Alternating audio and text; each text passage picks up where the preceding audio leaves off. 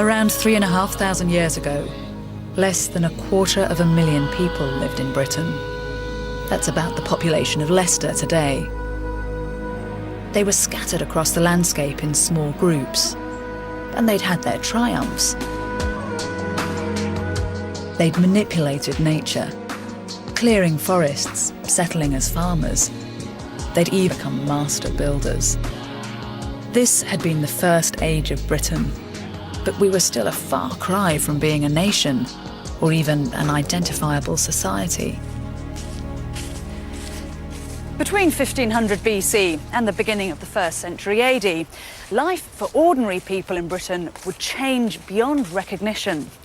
Populations were increasingly living together in large, complex social groups, and you can see the beginnings of a class system, with the lucky ones ending up visibly rich and powerful, while at the bottom of the pile there were the have-nots and even slaves. The land was carved up into distinct territories, and men were quick to go to war to defend their patch. This was to be the second age of Britain, one that would witness the foundations of a British society and our first faltering steps towards nationhood.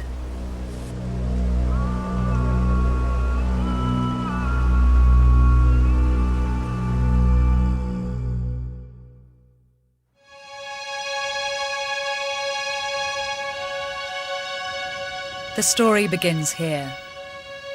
This is Dartmoor, over 350 square miles of deserted moorland and peat bog. But around 1500 BC, thousands of people lived here. Generations had poured blood, sweat and tears into clearing this land of forest, and they now wanted to assert who had rights to what. So they built mile upon mile of boundaries, dividing fields and encircling more than 1,500 settlements, like this one, Grimspound. The men and women who piled up these stones were marking out the limits and extent of their land. It's a step on the path to land ownership that ends up with the patchwork of countryside that we're familiar with today. Among these new landowners were masters of a new kind of magic. Imagine seeing this for the first time. A mysterious alchemy that used fire to transform dull rock into something shiny and strong. The ultimate status symbol in Bronze Age Britain. Up here, you can almost sense the energy and ambition of the population. Men and women in control and looking to the future.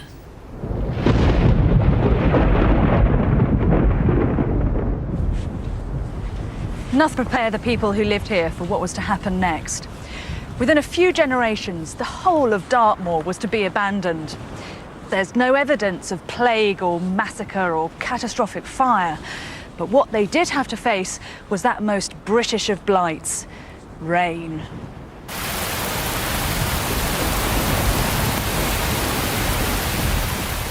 It was a deluge of epic proportions. The reason we know is down to the study of prehistoric trees. They show that something disastrous happened to the world's weather in 1159 BC. This is one of the specimens from Ireland that first showed the 1159 BC event. Here you've got a tree with putting on wide tree rings up until this wide ring here, which is the growth ring for 1160 BC. And then the next year we find that it had a horrendous time. There's no summer growth, and similarly for about 18 consecutive years. 18 years took this tree from here to here. And then the next 18 years took it from here to here. It liked it here and it didn't like it here.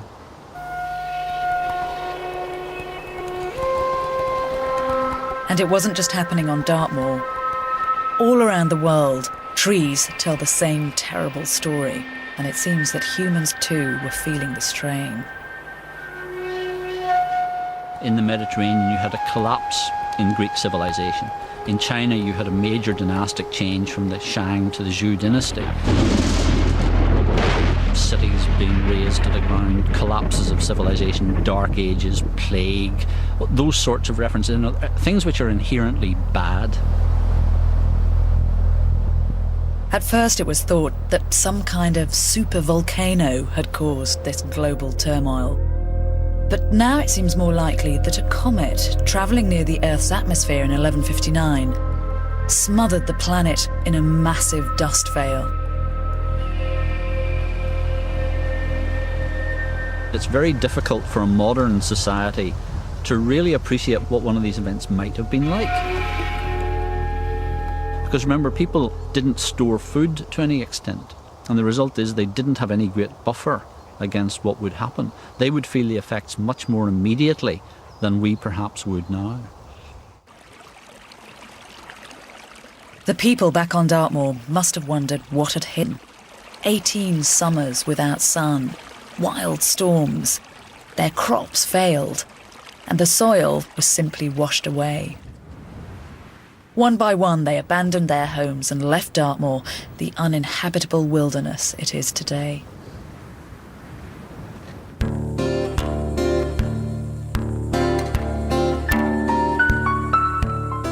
They weren't alone in the face of these disastrous conditions. In Cambridgeshire, miles of farmland were flooded. But here, the farmers found a way to embrace the waters. Just a few centuries earlier, they'd made sense of their world by warming the sun at monuments of stone. But now, a new cult was born, with water at its heart. Here at Flag Fen, preserved in the waterlogged ground, there's a remarkable snapshot of people's inner lives. 3,000 years ago, this is where farming and religion met face to face at the water's edge.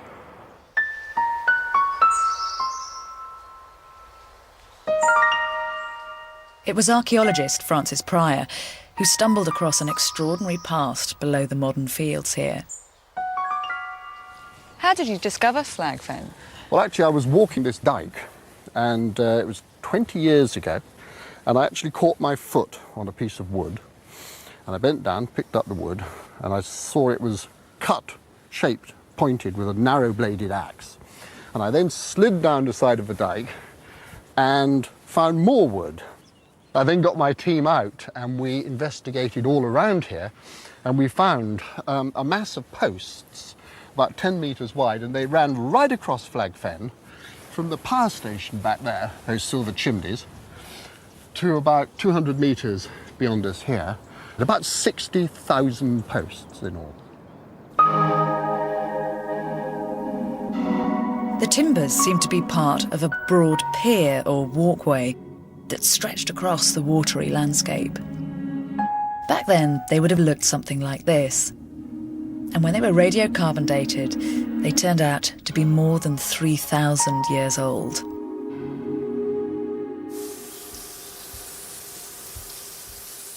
A portion of them is preserved today in an environmentally controlled building. What we've got here is sort of 1/4%. So it would have been a massive thing running across Flag Fen, and it would have been visible from miles around. It really would have dominated the landscape. But this walkway was about more than just getting from A to B. It was a declaration of people's desire to stop the flooding of their land.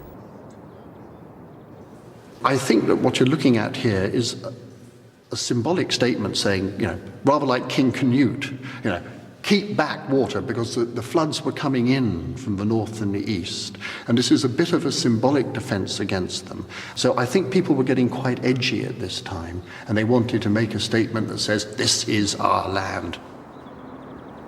All along the edges of the causeway, archaeologists found evidence that people were also trying to appease the rising water. You have swords, daggers, spearheads, complete pots. We've even found complete quern stones, corn grinding stones, absolutely complete, unused, placed in there. Well, that doesn't make any sense in practical terms. So, this was a special place, and people made offerings here.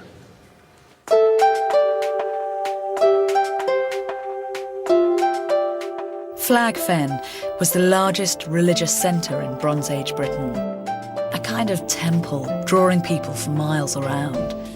The archaeologists here found intimate personal belongings and precious metalwork, prized material possessions being used to pay homage to the gods in the water.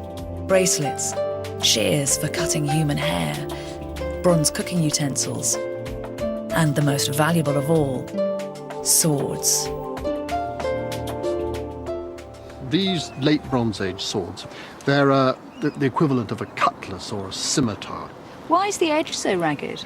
Yeah, now that's interesting. We've looked at that under the microscope, and it looks like this sword has been deliberately smashed against something like a brick or a stone with a sharp corner. And we found about a dozen here. And very often they've actually been smashed up, which suggests to us that they've been taken out of circulation and moved on into another dimension, into another world. This religion had been born in the wake of 18 years of rain, a crisis response to the changing landscape. Nearly 1,000 years later, it was a mainstream faith, bonding people together all over the country.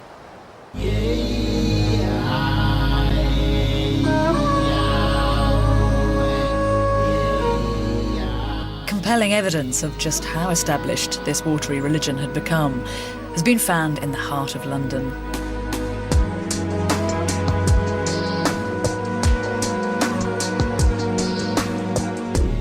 A helmet recovered from the Thames at Waterloo Bridge, dating from 150 BC. Dredged from the river at Battersea, a shield fashioned around 200 BC. Just two of hundreds of recovered treasures offered to the Thames by people who would have travelled miles to gather.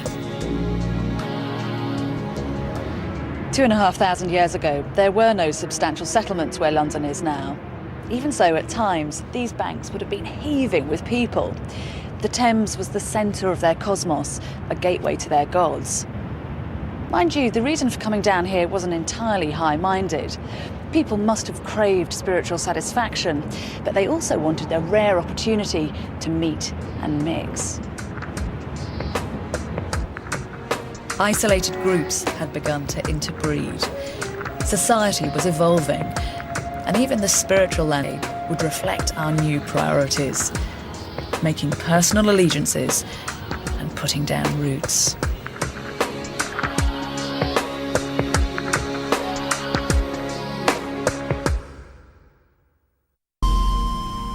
Today, most of us think of our homes as secular places.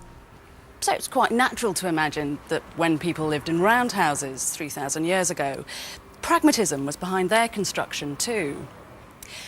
But back then, domestic design was far from just functional. In fact, it seems that when people laid out their homes, there was something sophisticated and sublime at work.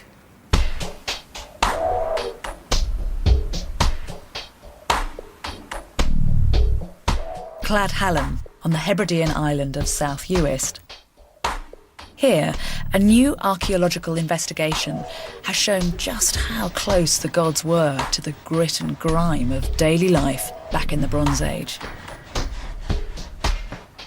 What we have is a terrace, all joined together, round houses in a curving row, north to south.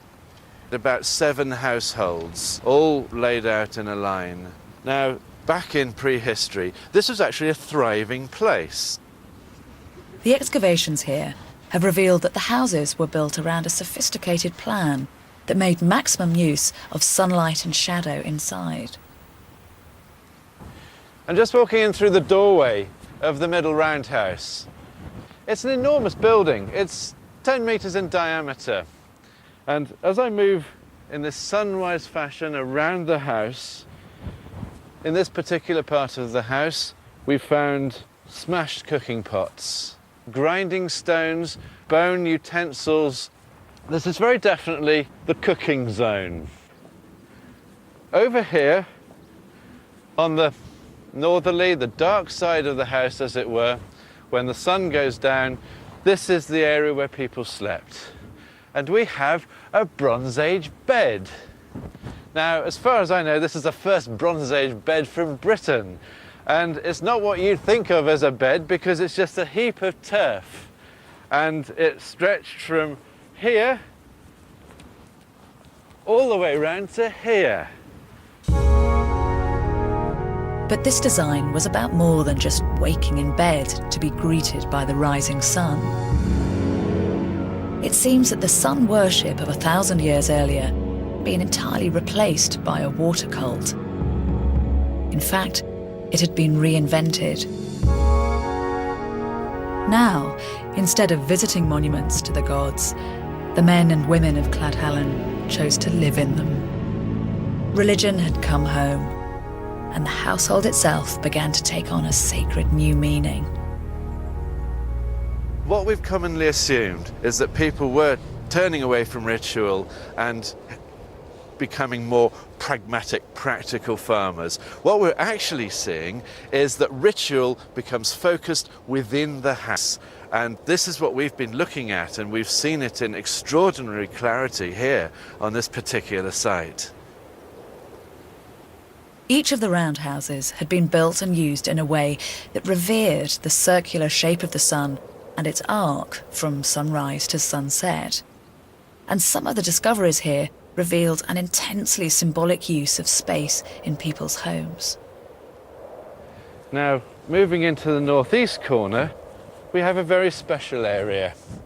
An area which is almost devoid of finds, apart from some very particular and deliberate ones.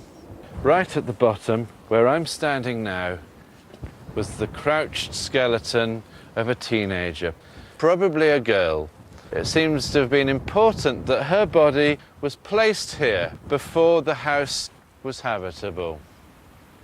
The corpses of people and animals like this dog were found in the dark northeastern corner of every house here. Whether sacrificial or natural deaths, they completed a design that mirrored the cycle of the day and the cycle of life from birth to death.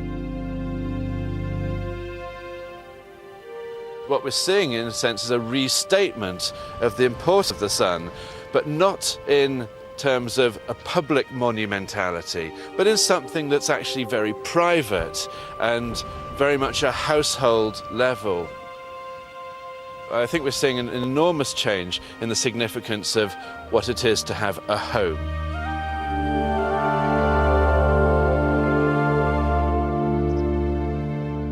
The centuries passed, and all over the British Isles we continued to invest in our home life and put down roots. By 500 BC, these sturdy British homes were the building blocks for larger, stronger communities. And what sustained them wasn't just food for the soul.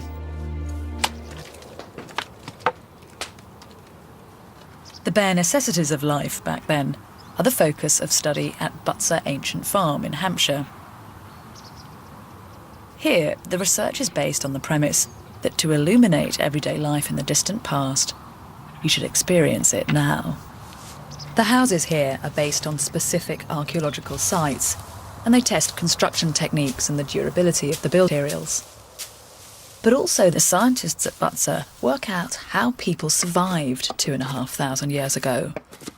What food they grew, how they processed and cooked it, how many it would feed.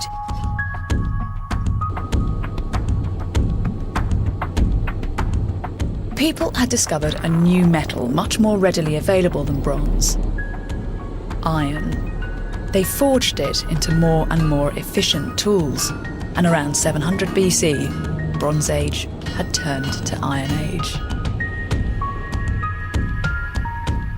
This was a massive technological leap, but it heralded an even more significant social change when an acre began to feed twice as many mouths as before. Largely thanks to more effective grinding tools and better iron ploughs and sickles, farms were now producing a substantial surplus, far more food than people needed just to survive. Of course, what you have to remember is that this was a world without money, so wealth from your land was something to celebrate and shout about. And we've got evidence from around 300 BC of a particular community that did just that by throwing the mother of all parties.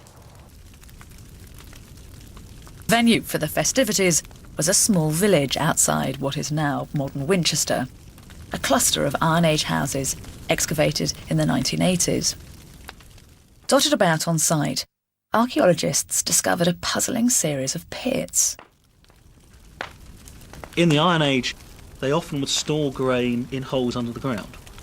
In the past, people have simply assumed that when a grain storage pit stops being used for grain, storing grain, it's just used as a dustbin.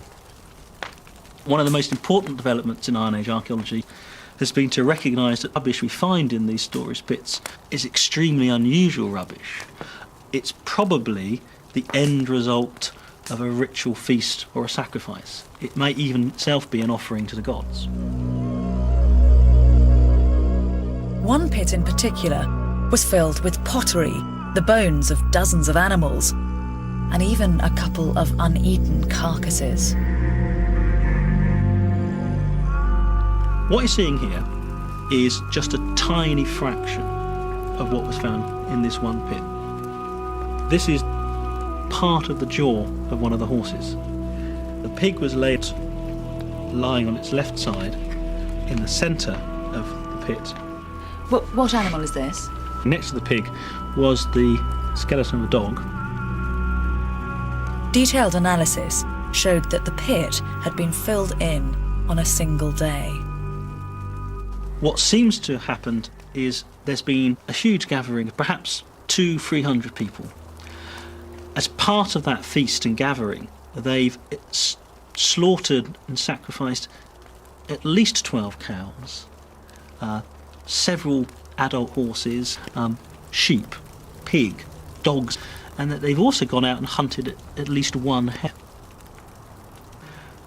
To, if you like, throw away that amount of meat in one huge feasting event probably means you've been planning this for years in advance.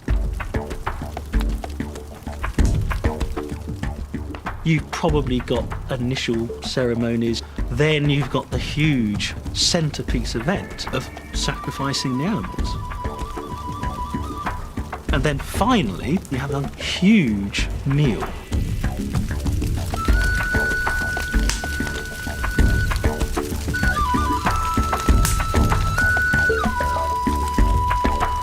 It was a flamboyant gesture of excess. Yes, this orgy of killing was a way of thanking the gods for your surplus food. It was also about impressing the neighbours and establishing the dynamics within the group.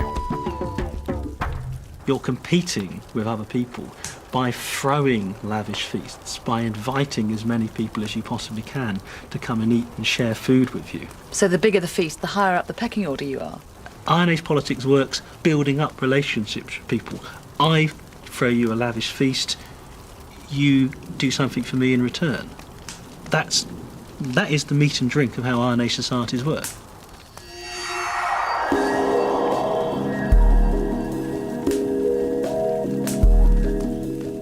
Feasts like this one were part of an irreversible trend that was going on all over Britain. Large numbers were coming together to trade, to party, to score social points, even to find husbands and wives.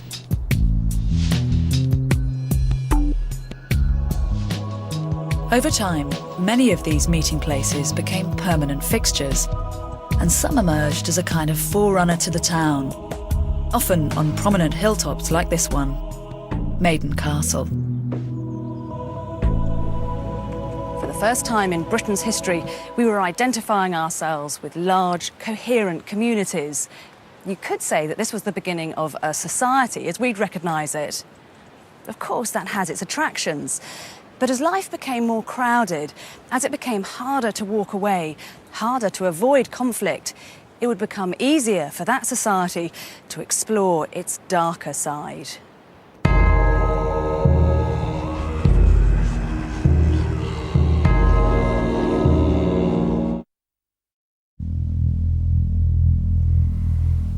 At the height of the Iron Age, British metal workers busied themselves with an alarming invention. An infernally clever tool designed for one thing and one thing only: killing human beings.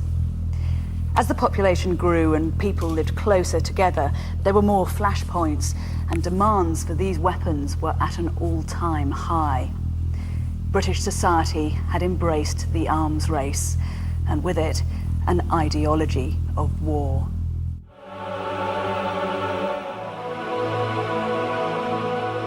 It had started with the dagger, then the rapier, then the sword. By 500 BC, the new iron swords, stronger, more flexible and cheaper, were fast making this a dangerous world to live in.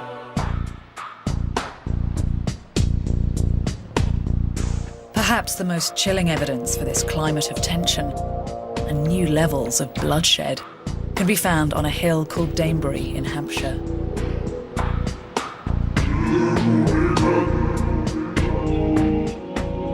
Very likely an important element of this was symbolic. A high place like this is visible for miles around. Perhaps as a high place it was in some sense closer to the gods as well.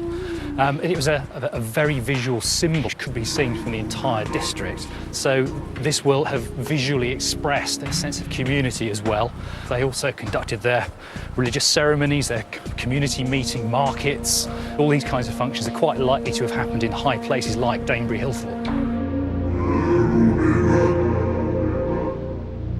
At first, Danebury looks just like any other hill in this rural landscape.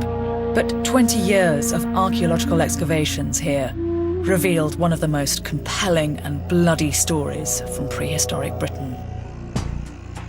At its height, Danebury would have been home to about 400 people. But there's little doubt that this place also had a military function. The top of the hill and all the buildings on it would have been surrounded by massive walls and deep ditches. This is a serious bit of engineering. It certainly is. What we're actually walking along here, this modern roadway, marks the original line of the entry into the hill fort, and it's also the original slope of the hill. Everything we see around us here, all these great lumps and hollows, are the actual hill fort defences. These are all earthworks which were constructed by the people of the time, moving tens of thousands of tons of chalk and earth. There was an outer gate here, and then as we come forward along the roadway, we are approaching the main inner gate. Just in here were very large post sockets for a great timber gate structure which went up over the top here, perhaps with some kind of defensive tower on the top of it as well. So you would have come here through the leaves of the open gate, and you would have then seen revealed before you the interior of the hill fort, full of storage facilities, houses around the interior of the rampart as well. In the centre, archaeologists found evidence of a kind of dress rehearsal for cosy small-town life. Workshops belonging to weavers, leather and metal workers, and basket makers. Life in a place like this must have been relatively ordered and predictable. You had access to the best craftsmen in the area, and assuming the harvest had gone well, you knew there was enough grain in the storage pits to keep you and your family from starving at winter time. But all this security came at a price. Yes, you were protected by your community, but you're also expected to suffer for them, and if necessary, lay down your life. In the event of an attack on Danebury, the men that lived here would have found themselves no longer beholden just to their kin, but to the whole hill fort. And that would quite possibly mean being called to the top of the walls to repel an enemy by force. Well, imagine if you were a warrior attacking Danebury Hill Fort, coming up the roadway here to attack the main gate. You would have been carrying your shield in your left arm, spear or sword in the right arm. As you go up the roadway here, your right side is exposed, and that's where I think this great projecting earthwork coming out from the main line of the defences comes into play. Any of the defenders who are up there, equipped with spears and javelins and other weapons, will be able to rain down on you a fierce fire on your unprotected side. You'd be extremely vulnerable. This is a killing zone down here. This is not pure speculation. The excavations here uncovered proof of preparations for war. Just about where we're sitting, just inside the east gate, was found a large pit which had 11,000 river pebbles in it. And we're fairly sure that these are actually sling stones, sling ammunition for defending the east gate. Also from the hill fort were other versions of sling stones. They're actually carefully shaped of fired clay. It's almost bullet-shaped, that, isn't it? Yeah, it's a very nice aerodynamic shape, which if you hurl it from a sling, is going to fly straight and true to its target. If you've got somebody in the right, because it could well kill them.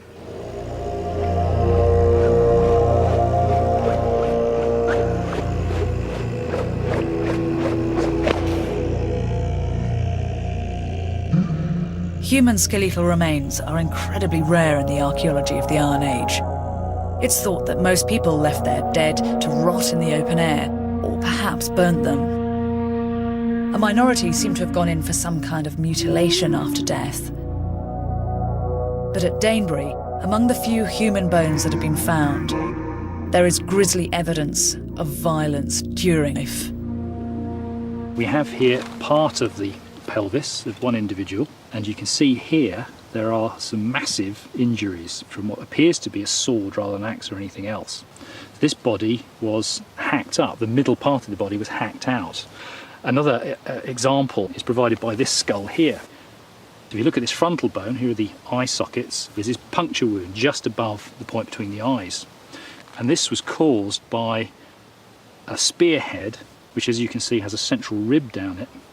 And if you compare this spearhead with that wound, you can see that's what caused it. But it is actually possible that that too was post-mortem. But one other skull here, which I think gives us evidence for a lot of this violence actually happening to the living. This has a very interesting, quite small injury on the skull here, which has been caused probably by a glancing blow from a sword. And this person evidently did survive this. It does show signs of healing. So here we have some unambiguous evidence, I think, of a violent event with a weapon actually in life.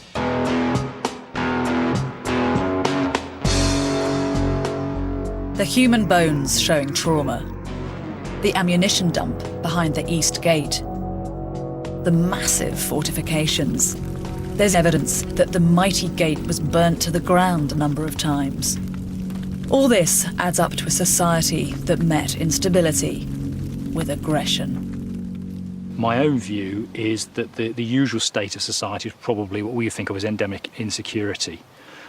Small-scale societies would not have the institutions to keep the peace in the sense we understand it. Many people were armed, and I think that lots of people take what we would think of as law into their own hands.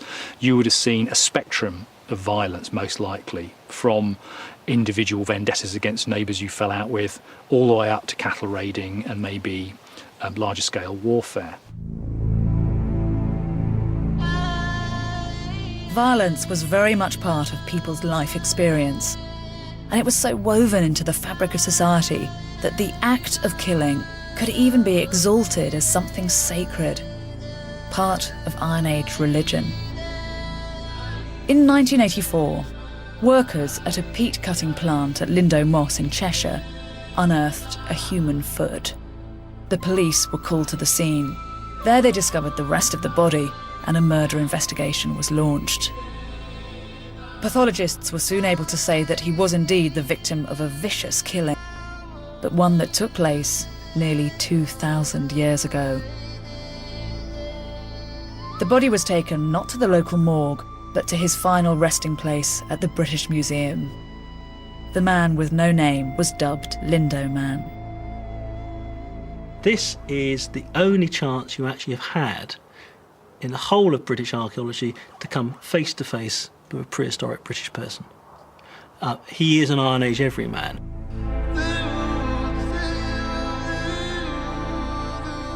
He's dark-haired, neatly trimmed beard and moustache, about 5'6", well-built, and between 25 and 30 when he died. A post-mortem on his body gives an intimate picture of his last moments. At the edge of the wetlands, he ate a meal of bread and herbs. He would never eat again. He's led to the bog naked except for one article of clothing. There is a fox fur armlet, a little band of fox fur around one of his arms. He was smashed twice on the head with a blunt object that cracked his skull. But this was only the beginning of the bloodshed. Next, a garrote was tightened around his neck, and this broke his neck. That's what killed him. And then finally, with that garrote still held tightly, his throat was cut. And at that point, because of the way the garrote is tied, blood would have actually spurted out quite dramatically as part of that. And as the last part of the rite, he's placed face down in a pool of water. But why go to such lengths to finish someone off? Things like the manner of his death, points not to simple execution, it points to sacrifice. It's the overkilling which shows that this man isn't a murder victim. Also simply where he's sacrificed. If he's a criminal or even a victim of crime, why is he actually in this bog miles away from the nearest settlement, in an area which people at that time probably thought was perhaps magical or dangerous or mystical? And here's the ultimate offering or sacrifice of the whole person.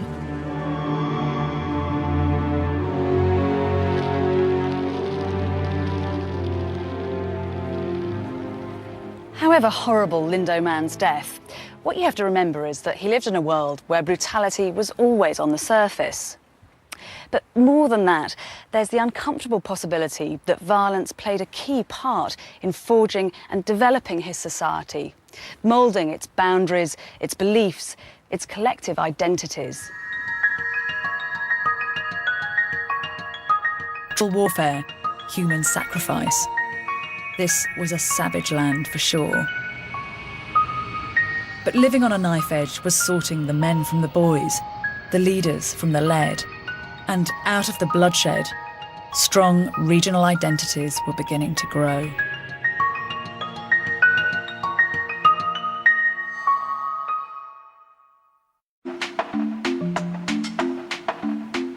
As an island nation, the British don't really have to live with border crossings in the way that our neighbours in Europe do, but it wasn't always like that.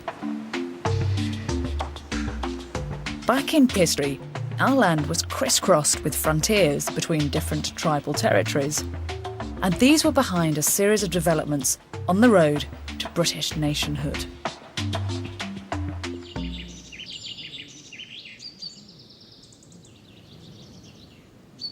This hill marks a border crossing hotly contested around the time of Christ. Later Roman writers named the tribes that would have squabbled over it. The area up there was held by the Dabuni tribe.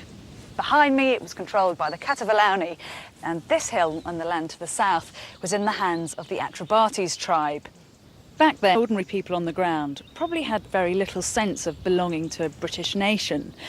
But what they did have was a strong, growing tribal identity. And for the Atrebates, their territory came with something that said in no uncertain terms who they were: a logo.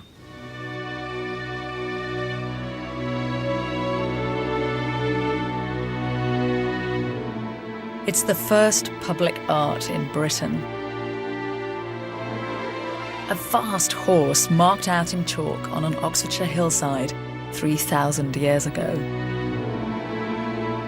Hill figures are found nowhere else in Europe, and this one marks a key moment in the development of British identity.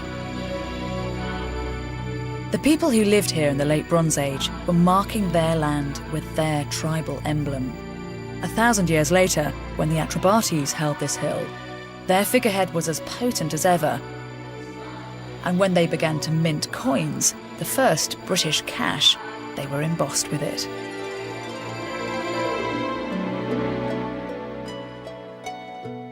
The people of the horse were projecting a strong image of their unity. But inside, tribal society was being carved up.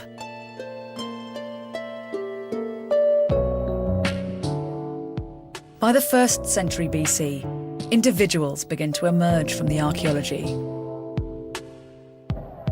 Their faces, and thanks to the arrival of writing from Rome, their names, like Commius and Tincamarus. Leaders like these, singled out from the crowd, were a new elite. And of course, overlords need underdogs. These are shackles from the 1st century BC, designed not for animals, but for people who were tethered together by the neck.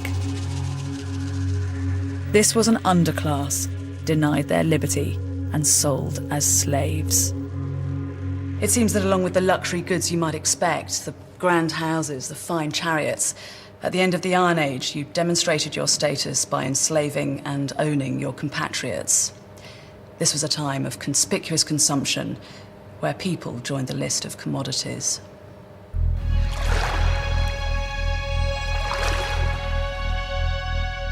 Hengistbury Head on the Solent in Dorset. 2,000 years ago, this place was Britain's first real trading port.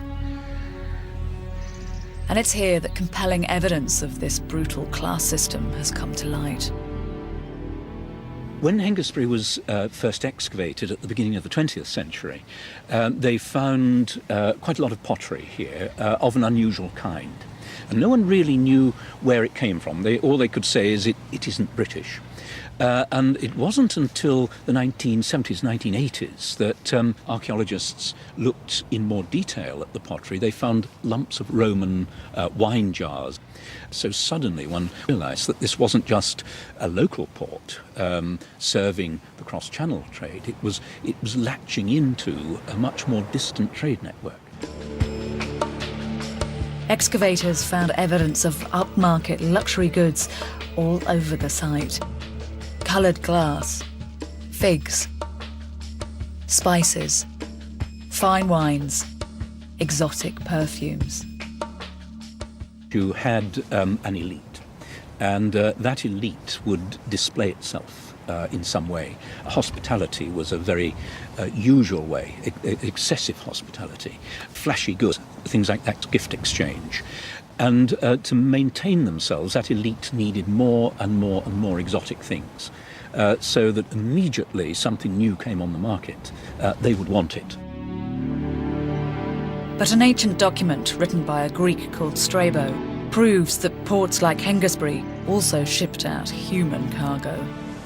Strabo lists exports from Britain, and he talks about hunting dogs, he talks about metals, he talks about corn and slaves. And slaves is the top of his list. Slaves would have been possibly the prime commodity.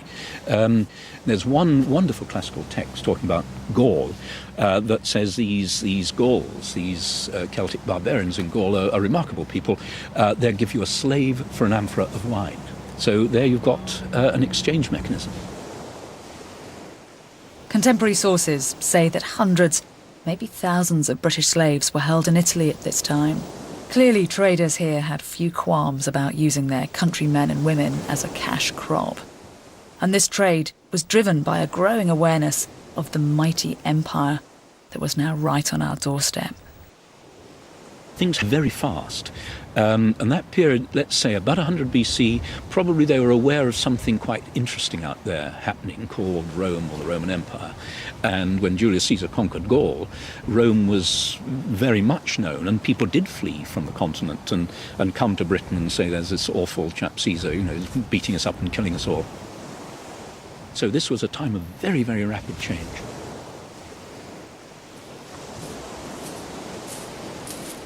As ordinary people here started to take an interest in Rome, Rome began to take an interest in us.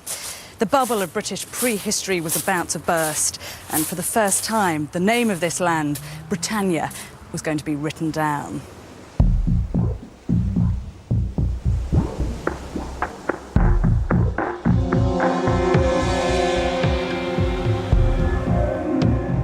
During the short part of the summer that remained, I resolved to proceed to Britannia. I thought it would be of great service to me if I only entered the island, looked into the character of the people, and gained knowledge of their localities, harbours, and landing places. His name was Julius Caesar, and he was the first person to write an eyewitness account of life on British soil. But Caesar's interest in Britannia wasn't entirely anthropological. He came across with 2 legions of the order of 10,000 troops and made landfall at the White Cliffs of Dover, where he saw very large numbers of enemy warriors awaiting him. So he moved along the coast some miles, possibly to where we are here at Deal, where he beached his ships. The British that faced Caesar on this shore must have felt a mixture of terror and rage. Small consolation then that this was not, despite all appearances, a Roman invasion quite yet. One of the principal reasons Caesar came here was nothing to do with the Britons at all. It was that he wanted a publicity coup. And what better could there be than to take a Roman army out beyond the boundaries of the known world? This was the equivalent, the Roman equivalent of a moonshot. What we do know is that it was a failure because the ships were very badly damaged by a sudden storm. He was very lucky actually to be able to get out of Britain without his army being massacred. The British had had to deal with the Romans for less than a week. But a year later, they were back with a force more than double in size. This time, the army stayed for nearly 6 months. Some tribes here would have seen their leaders coerced or seduced by the Roman cause, and would have watched as this man, Caesar, took notes about their homeland. The island was triangular in form and about 2,000 miles in circumference. Most of the inland inhabitants were clad with skins and wore their hair long. Their buildings were exceedingly numerous, sometimes in fortified towns, and the number of people counted. It's probable, I think, in the last couple of centuries BC, the peoples of southern Britain would have had some nascent sense of being distinct and different, being British. Probably the sudden appearance of this alien power from the south will have very much sharpened this need for a sense of common identity. And I would imagine that the notion of Britishness is appearing around about this period, around about the last century BC. We'd come a long way from the disparate, tiny settlements of 1,000 years before. But the greatest test of British mettle was just around the corner.